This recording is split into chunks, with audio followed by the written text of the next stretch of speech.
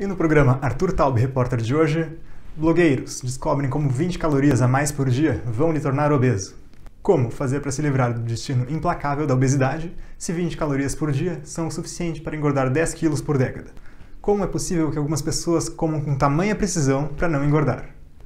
A resposta para essas e outras perguntas você encontra no Arthur Taub Repórter de hoje.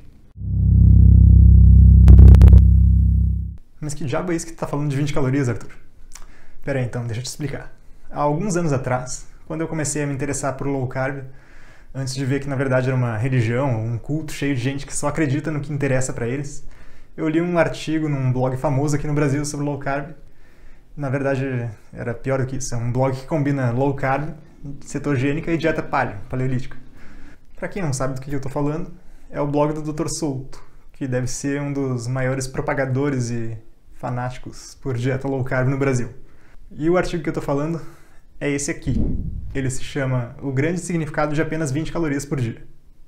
Opa, sem querer dar spoiler, mas já dando, se tu for procurar isso aqui para ler, não esquece que tu vai estar lendo um monte de desinformação com um alto viés ideológico, tá? Bom, na época, como eu não entendia muito bem dessas coisas, eu até caí na falácia desse artigo e de várias outras postagens daquele blog, inclusive, e acabei fazendo low carb por algum tempo, achando que tinha descoberto o que todo mundo precisava fazer para emagrecer e virar imortal, e por que as pessoas engordavam. Inclusive, um tempo mais tarde, eu até comprei um livro com esse nome, Por que Engordamos, do Gary Taubes. E apesar do sobrenome, não, ele não é meu parente.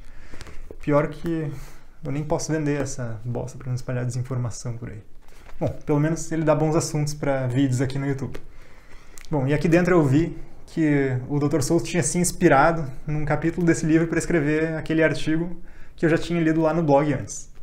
E tanto nesse artigo quanto no capítulo 4 do livro, eles usam uma lógica idiota e uma retórica exagerada para mostrar que o balanço calórico não funciona, quando na verdade a gente tem milhares de pesquisas mostrando que funciona. E agora eu vou te mostrar quanta coisa errada pode ter escrito por aí na internet quando alguém tenta empurrar uma ideologia na cabeça das outras pessoas. Mas antes, eu vou te pedir para clicar aqui embaixo para curtir o vídeo e já aproveitar para se inscrever no canal para não perder os próximos vídeos. E se tu não me segue ainda no Instagram, passa lá depois porque eu faço muito mais conteúdos em outros formatos por lá para te ajudar a chegar no próximo nível de definição corporal. Então vamos lá.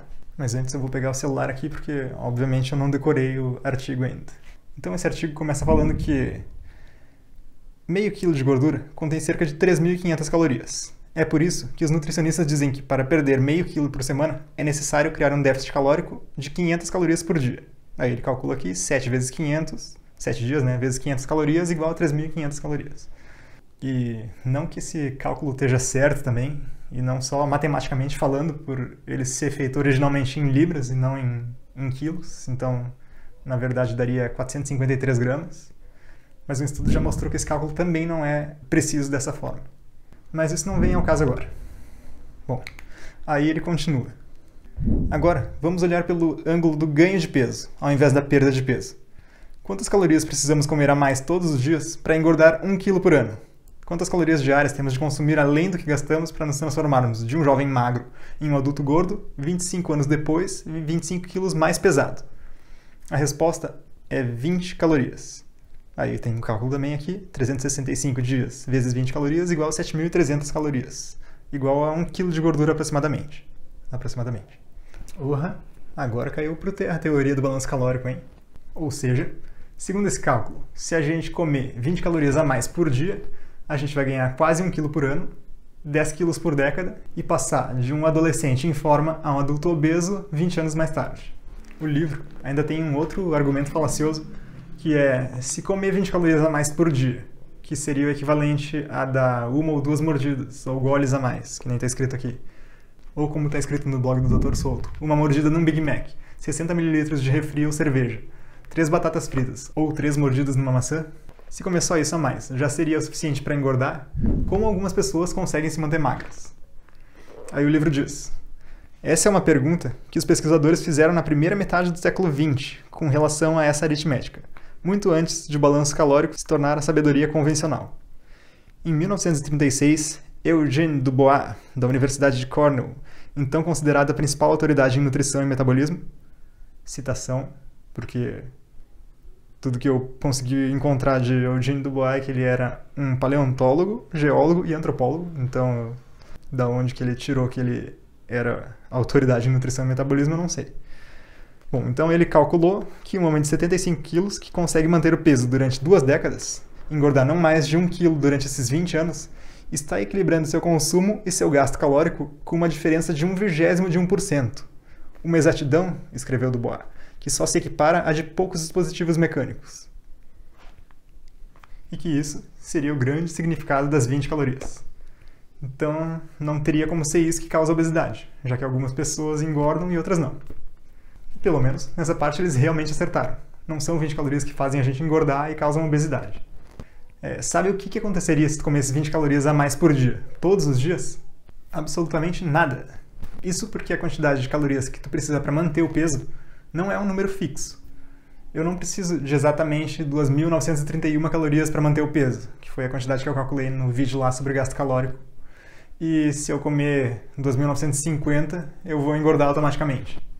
Na realidade, as nossas calorias de manutenção estão mais para uma faixa de calorias, onde a gente consegue manter o peso constante, do que um valor fixo. É tipo um alvo. Tu pode até acertar no meio dele, mas se tu acertar mais nas pontas, tu ainda acertou dentro do alvo e continuaria em manutenção. E a gente não sabe muito bem o tamanho dessa faixa ou desse alvo, mas provavelmente essa variação é maior do que 100 calorias e vai até umas 300 calorias na média. E isso provavelmente vai variar um pouco de pessoa para pessoa também. Outra coisa que parece que esses escritores esqueceram de dizer quando escreveram isso lá é que a ingestão e o gasto energético não são fixos e independentes. O que é até engraçado, já que 3 capítulos depois, no capítulo 7, o Gary Taubes vai tentar desqualificar a primeira lei da termodinâmica usando justamente esse argumento. A ingestão e o gasto calórico são variáveis interdependentes, o que quer dizer que se tu mexe num lado da equação, por exemplo, se tu diminui as calorias ingeridas, tu vai afetar o outro lado e o teu gasto calórico também vai diminuir. Porque teu metabolismo vai ficar mais lento e teus níveis de atividade física vão cair, por exemplo. Tem até um estudo que sugere que para cada quilo de peso perdido, nossa fome aumenta mais ou menos em 95 calorias. Aí eu te pergunto, e por que o nosso balanço calórico se ajustaria, agora que eles querem desqualificar as leis da termodinâmica, mas não se ajustaria para manter o nosso peso quando a gente come 20 calorias a mais por dia? E esse artigo e o livro também só mostram como as pessoas tendem a falar de coisas que elas não entendem nem como funciona na prática. Ou se elas entendem, elas preferem ignorar para ter argumentos para atacar uma teoria contrária à que ela acredita. A propósito, tanto Gary Taubes quanto o Dr. Souto acreditam na teoria carboidrato e insulina, que eu já passei uma meia hora mostrando tudo que está errado, tudo que tem de errado com ela nesse vídeo aqui. Então, eles supõem, ou pelo menos eles dizem, que a teoria do balanço energético acredita que a gente ganha peso de forma linear, um pouquinho todos os dias, até acumular um ganho de 1 kg por ano. Dizer isso é atacar um espantalho, uma coisa que o próprio Dr. Souto critica no blog dele. A hipocrisia. Bom, embora matematicamente até seja assim, na prática a gente sabe que nosso corpo não é uma equação matemática e que esse tópico é cheio de nuances, e os cientistas que estudam isso, melhor ainda. Várias pesquisas mostram que a gente não ganha peso linearmente. Na verdade, a gente ganha peso aos saltos. Teu peso fica estável durante uns 4 ou 5 dias, e aí, bum, mais 100, 200, 300 gramas. Aí ele fica estável alguns meses, e aí entra dezembro, Natal e Ano Novo, e bum, mais 1, 2 quilos. E normalmente a gente acaba nem percebendo esses pequenos pulos que o nosso peso dá, a não ser que a gente esteja monitorando nosso peso direto. Por isso que se pesar diariamente é associado com uma maior perda de peso e maior manutenção do peso perdido. E como que isso acontece então? Bom, várias pesquisas sugerem que a gente ganha peso nos fins de semana e em datas comemorativas. O resto dos dias a gente tende a manter o peso estável ou, dependendo, até perder um pouco de peso. Por exemplo, um estudo mostrou que o ganho de peso acontece no fim de semana. O negócio começa na sexta-feira já, porque sábado o peso já tendia a aumentar e aí continuava todo fim de semana aumentando, e na segunda, normalmente, eles chegavam no maior peso. E isso continua acontecendo, mesmo quando eles dividiram essas pessoas em 3 grupos e colocaram 2 deles em um déficit calórico de 16%. Um grupo pela diminuição da ingestão calórica, uma dieta hipocalórica, né? Mas sem alterar a atividade física, e o outro grupo pelo aumento do gasto calórico com o exercício, sem mudar nada na dieta. E eles viram que no fim de semana, o grupo que fazia dieta parava de perder peso, e o grupo que fazia mais exercício ainda ganhava peso. Um outro estudo de 2014, que fez uma análise retrospectiva de 80 pessoas que tinham se pesado todos os dias, de 15 a 330 dias, também encontrou um padrão parecido, com as pessoas atingindo maior peso nos fins de semana e esse peso diminuindo durante a semana. Eles ainda dividiram essas pessoas entre aquelas que perdiam, mantinham ou ganhavam peso. E eles viram que as que perdiam ou mantinham o peso compensavam perdendo mais peso durante os dias da semana do que aquelas que ganhavam peso lentamente. Um terceiro estudo encontrou variações de até 35% no peso semanal, com ganho de peso de novo nos fins de semana e perda de peso durante a semana. Então, parece que o que realmente acontece é que a gente ganha peso, pouco, né, mas aos picos no fim de semana, tipo, só 2 ou 3 dias ali, de sexta a domingo, são responsáveis pela maior parte do peso que a gente ganha, mas algumas pessoas compensam perdendo isso durante a semana e não ganham peso, e outras não, e acabam ganhando peso de pouquinho em pouquinho ao longo do tempo. Mas calma, que ainda tem mais coisa aí. Ainda tem outros dias que a gente engorda ainda mais, que são as datas comemorativas, principalmente essas que envolvem comida, que são várias durante um ano normal. Natal e Ano Novo são os maiores exemplos, que são 2 datas bem próximas, e muitas vezes a gente ainda acaba grudando uma na outra, estendendo elas até outro ano ainda, comendo o que sobra da ceia. Mas aniversários, casamento, Páscoa e outras celebrações assim também parecem ter alguma ligação com ganho de peso. Mas não tem muitos estudos sobre essas datas aí para a gente conseguir concluir alguma coisa com certeza ainda. Aquele mesmo último estudo que a gente estava vendo sobre os fins de semana também encontrou um ganho de peso de 1,35% na média no período das festas de fim de ano. E pior que nesse caso, ao contrário do que acontecia no fim de semana, muitas vezes esse ganho de peso não era totalmente compensado nos meses seguintes. Uma revisão sistemática de 2020 fez uma análise sobre o ganho de peso em períodos festivos e celebrações, e também viu que no Natal e no Ano Novo o ganho de peso variou entre 250 gramas e 2,3 kg, sendo que essas datas foram responsáveis por mais ou menos metade do peso ganho pelas pessoas durante um ano inteiro.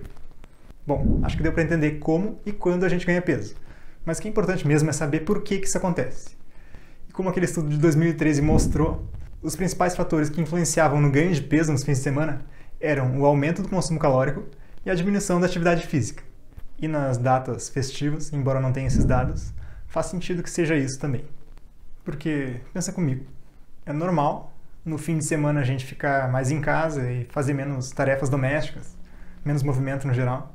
E também é normal a gente acabar comendo mais, fazendo, sei lá, um bolinho para comer de lanche da tarde, uma sobremesa porque é fim de semana, ou então pedir uma pizza, um lanche porque está com preguiça de cozinhar no jantar, assando um churrasco no domingo, bebendo mais, enfim. Tudo que a gente costuma cuidar durante a semana, ou às vezes nem tem tempo para fazer durante a semana, fim de semana a gente dá uma relaxada e se libera para fazer essas coisas para viver mais feliz, aliviar o estresse da semana, aproveitar a vida um pouco.